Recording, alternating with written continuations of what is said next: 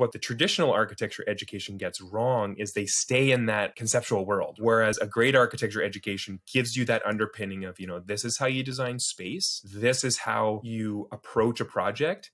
But then how are we going to make that idea become something that's great to build? It's cost effective, can manage a project, like all of those more pragmatic things that are obviously so important to creating a building. And this is a huge problem in the industry. Like from an architectural point of view, learning how to design space well is so critical. And it's something that needs to be done first. Because I've seen people who come out of they do a technical education first. Let's say they go to drafting school first, and they really can't get over the hump of, what's the plan going to look like? Or how is this thing going to be built? Like, that's not the first question you should necessarily be asking. There's more questions about space, about proximity, about how you're going to flow around the site, and all of those things that are more important to ask first.